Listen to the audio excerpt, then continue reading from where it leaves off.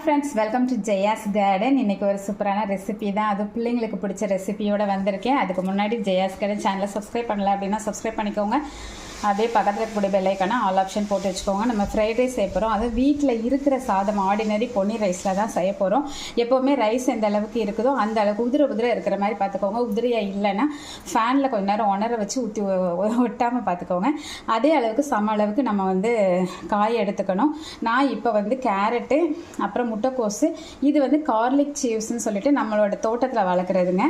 நம்ம ஆனியன் இது போடுவோம் இல்லையா, தண்டு, அதுக்கு பதிலாக இந்த இதுவும் நம்ம போடலாம். ஃப்ளேவர் நல்லாயிருக்கும். இது கூட நீங்கள் பட்டாணி போட்டுக்கலாம், பீன்ஸ் போட்டுக்கலாம், அதுக்கப்புறமா ப்ரக்கோலி போடலாம், அதுக்கப்புறம் காலிஃப்ளவர் போடலாம். இதில் எது வேணாலும் உங்களோட சாய்ஸ் நீங்கள் போட்டுக்கலாம். இல்லை எல்லாமே கூட கொஞ்சம் கொஞ்சம் போட்டுக்கலாம். இப்போ ஆயில் ஹீட் ஆன உடனே நம்ம இந்த காய்கறி எல்லாத்தையுமே போட்டு ரொம்பலாம் பாயில் ஆகக்கூடாது, ஆஃப் பாயில் தான் ஆகணும். அந்த அளவுக்கு நம்ம வதக்கிக்கலாம். வதக்கும்போது கொஞ்சமாக காய்க்கு தேவையான அளவுக்கு உப்பு போட்டுக்கலாம். அதுக்கப்புறம் ரைஸுக்கு நம்ம அப்புறமா ரைஸோடு போட்டுக்கலாம்.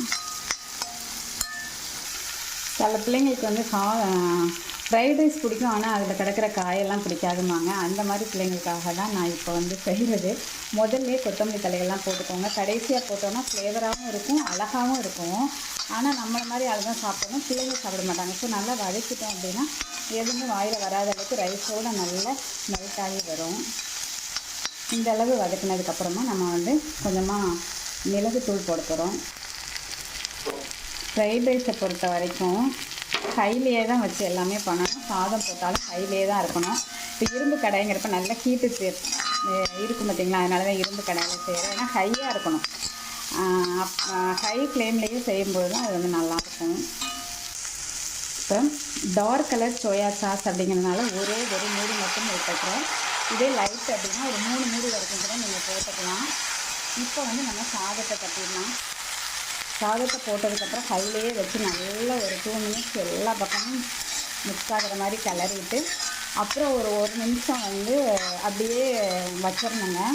அப்போ தான் நல்லா எல்லாமே உள்ளே அப்சர்வ் ஆகி நல்லா இருக்கும்.